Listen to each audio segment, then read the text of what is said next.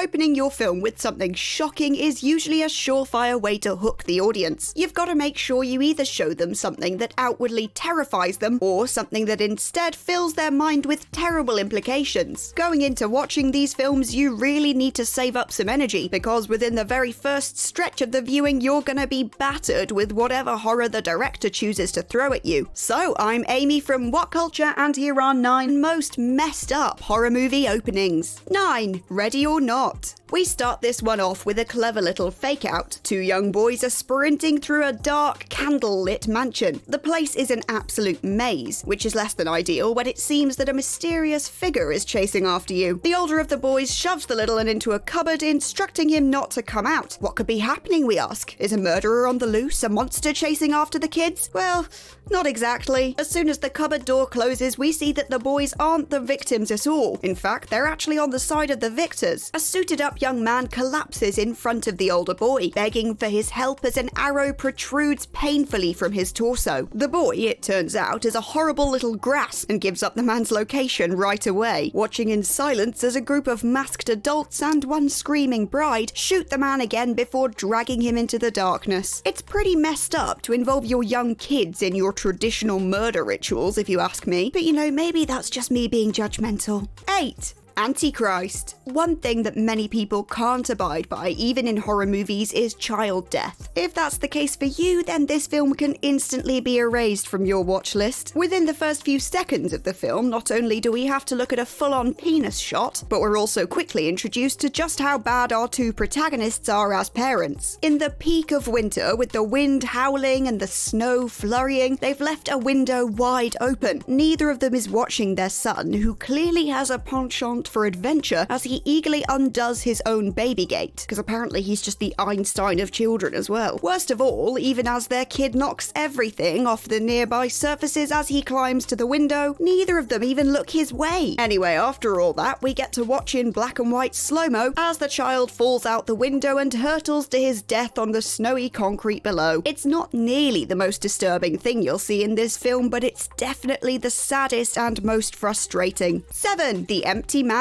This 2020 supernatural horror does well to set up expectations in the audience right from the offset. We start with a group of people in 1995. They're on a nice hiking trip in Bhutan, which is imminently about to become much less fun. After hearing something, one member of the group, Paul, goes to investigate and takes a nasty fall. By the time his group finds him, he's become catatonic, needing to be helped back to safety by the others. Their efforts were all in vain, because later he goes missing again and ends up exactly where they found him. However, before anyone is able to start dragging him back and lecturing him about safety in numbers, another member of the group, Ruthie, goes rogue and murders everyone apart from our beloved Paul. She then promptly throws herself off the bridge as if it's no big deal. Straight away, we're left utterly confused about what we just watched, and frankly quite upset that immediately almost everyone is dead. What did Paul hear that made him go investigate? What made Ruthie kill everyone? Why did nobody seem to have the smallest care for hiking safety and protocol? Murder-suicide definitely isn't in the handbook. 6. When a Stranger Calls. 1979. This film is not only famous in its own right, but it's also the thing that inspired Wes Craven's 1996 masterpiece Scream. Yes, he may have been inspired by the way he hated the rest of the film after its intro, but that's beside the point. The opening is still a killer. The film opens with babysitter Jill Johnson just chilling after putting the kids to bed when she receives a very weird phone call. The caller asks her if she's recently checked on the children, which for some reason she takes as a prank call rather than being really freaked out. Well, it doesn't take long after that for the situation to escalate and Jill to lose her cool. The calls keep coming and gradually getting more aggressive and threatening, so Jill decides to call the police, who tell her to keep the caller on the phone so they can track his location. Have you figured out where this is going yet? The police trace the call and, yes, you guessed it,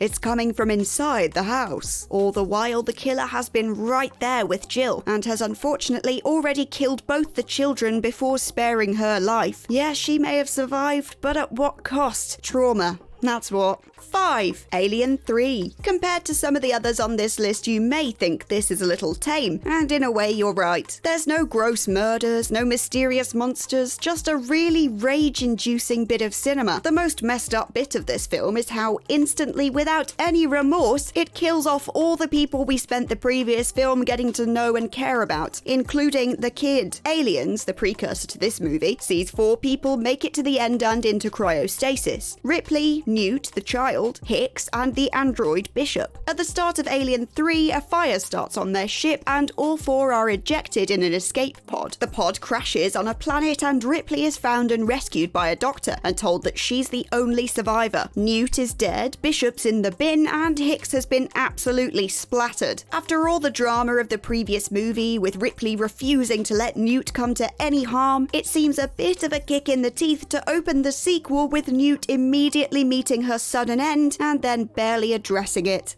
4. Sinister. Usually a movie inside a movie is a tasty little meta treat, a really enjoyable bit. Sinister is the exact opposite of this, teasing us with some home movies being found only to reveal that they're not funny family videos, or maybe some spooky ghosts caught on tape, but instead just a collection of horrible snuff films. Thanks. I hate it. We start with the absolute classic setup of a family moving into a new house. A house that we as the audience just know is bad news. Admittedly, knowing that the previous inhabitants were murdered in the house, the family definitely should have also known that it was bad news. One of the house's new residents investigates the attic and finds a box of old film and a projector. This old film contains recordings of a number of families being murdered in a range of gruesome ways, including having their throats cut, hanging, drowning, and burning. It's definitely a way to set the tone for the rest of the film, but it also kills the sympathy vote right away. If you find that in your attic and don't immediately move out, you're almost asking to be murdered.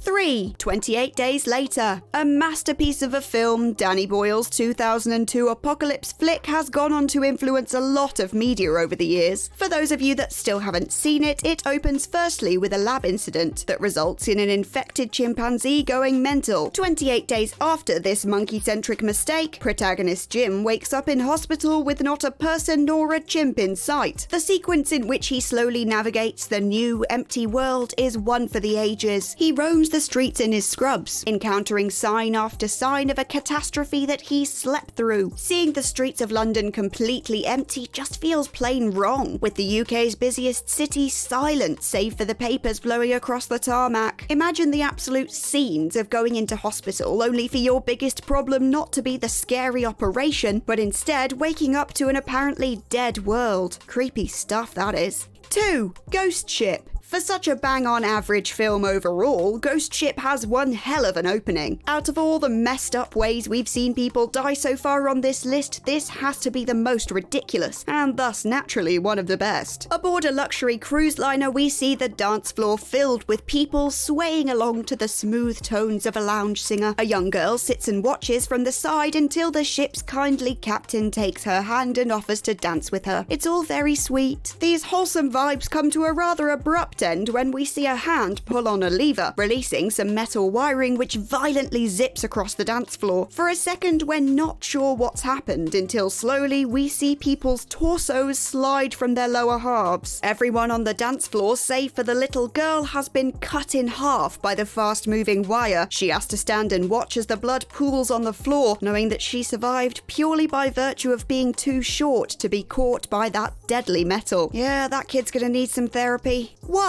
Midsummer. Speaking of those needing therapy, Midsummer's opening chapter is one of the most heart-wrenching and deeply disturbing ones out there. Our protagonist Danny frequently expresses concern for the well-being of her sister, a vulnerable and mentally ill young woman who has a past of sending Danny concerning bits of contact. Christian, Danny's terrible boyfriend, is simply not interested. He's bored with the tales of the crazy sister and sick of comforting his girlfriend, so he repeatedly dismisses her concerns and says that everything will be fine. Spoiler alert, everything will not be fine. Everything will in fact be very, very bad. Despite Christian's doubt, Danny's sister really is in trouble this time. A slow sequence reveals that she's taken the most tragic final action, killing both herself and her parents. In one fell swoop, Danny is left with no family. She evidently has no friends, and her boyfriend is a piece of human garbage, so she's utterly and completely alone with her grief. With such a crushing opening, you barely have the emotional capacity left for the rest of the movie.